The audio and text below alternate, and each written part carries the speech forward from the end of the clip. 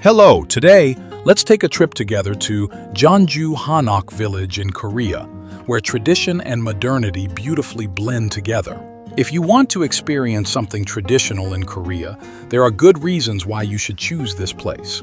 The most famous traditional Hanok village in Korea is Bukchon Hanok Village in Seoul. That place attracts tourists from all over the world, so the hours available for sightseeing are very limited, and it's difficult to have a proper experience due to the crowds. However, Jeonju Hanok Village is similar in size to Seoul's village, but it has the great advantage of being easily accessible from the city and allowing you to explore in a relatively relaxed environment. And since the cost of living is about 1/3 compared to Seoul, it will save you a considerable amount of money. This is an urban Hanok village formed in the Pungnam and Gyeonggijeon areas of Wonsan-gu, Jeonju. The village covers an area of approximately 298,260 square meters, with numerous Hanoks and buildings densely clustered together, and there are about 700 to 735 buildings classified as Hanoks.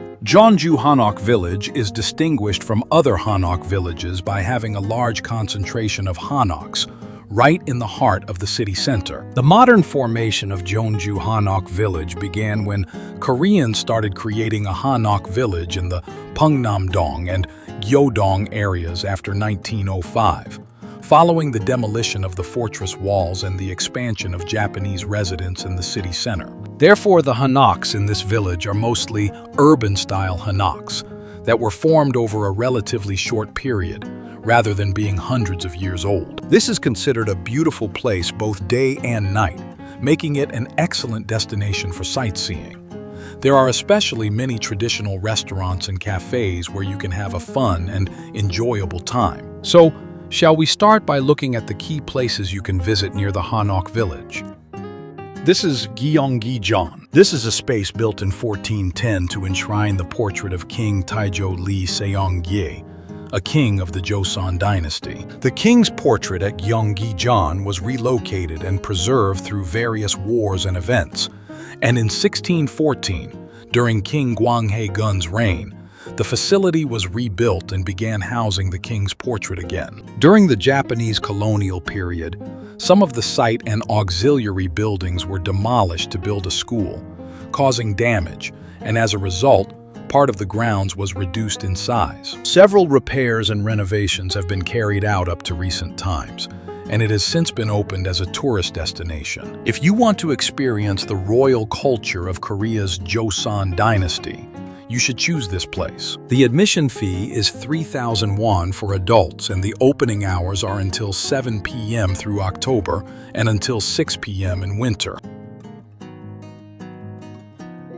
This is Jeondong Cathedral. This cathedral was built in the Romanesque style and was completed around the time of the Japanese colonial period, making it connected to the historical background of the region. Jeondong Cathedral is considered one of Korea's 3 most beautiful cathedrals, along with Seoul's Myeongdong Cathedral and Daegu's Gyeonggijeon Cathedral. Built on the historical foundation of Catholic persecution during the Joseon dynasty, this cathedral is an important cultural heritage site that demonstrates the history of faith and the introduction of modern architecture. Due to its historical and architectural value, it holds great significance for both local residents and visitors. It can be visited freely without an admission fee, but tourist entry may be restricted during mass times. The operating hours are from 9 a.m. to 6 p.m.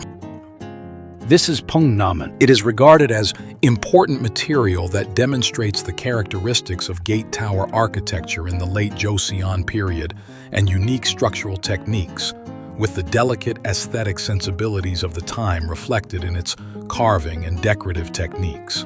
It is also the only remaining gate among the 4 gates of Jeonju Fortress, making it a symbolic architectural structure of the region and holding great value as a visual tourist resource within the city. And in the Hanok village, there are places where you can experience making Moju. Moju, a traditional Korean liquor, has a legend that it was created by a mother who was worried about her son's health due to his excessive drinking. So she mixed in healthy ingredients to make the alcohol.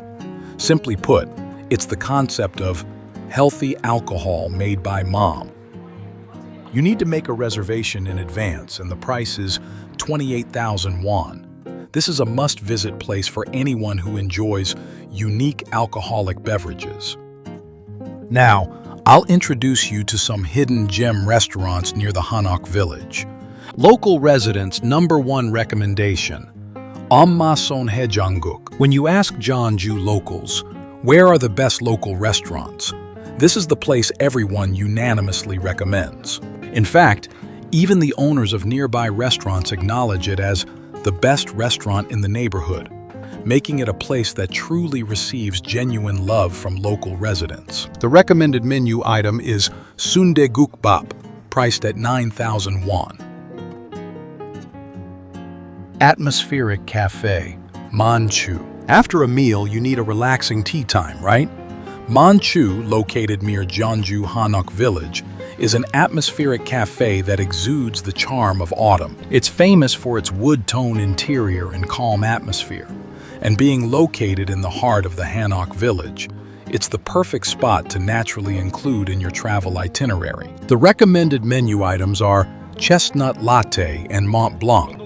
Choco Pie is an essential dessert that represents Jeonju. Among Choco Pie makers, PNB Pungnam Bakery, known as the originator of Choco Pie, is a traditional bakery that opened in Jeonju in 1951, with handmade Choco Pies and Jeonbyong as their signature items. Their handmade Choco Pies are especially a must-try delicacy that you absolutely cannot miss when visiting Jeonju. Once you taste them, you'll be amazed by their rich, deep flavors and the heartfelt care that goes into making them. However, there's something important to keep in mind when visiting. Make sure to look for the store sign that reads PNB. This is the official location. Please double-check before visiting to avoid confusion with other businesses that have similar names. So, shall we talk about how to get to Jeonju, which has so many attractions to see? First, let's look at how to get there from Seoul. The first option is to take the KTX high-speed rail from Yongsan Station, which takes 1 hour and 25 minutes to reach Jeonju Station. The cost is 34,400 won. The second option is to take the KTX high-speed rail from Seoul Station, transfer at Gyeonggijeon Station, and reach Jeonju Station in 1 hour and 42 minutes. The cost is 40,900 won. Next, here's how to get there from Busan. The first option is to take the SRT high-speed rail from Busan Station. Get off at Daejeon Station, then take an express bus to reach Jeonju in 3 hours and 47 minutes. The cost is 44,200 won. The second option is to take an express bus from Busan Sabu Sazong Bus Terminal, which takes 3 hours and 30 minutes to reach Jeonju. The cost is 28,900 won. I hope this video helps you with your trip to Jeonju, South Korea. Have a wonderful journey.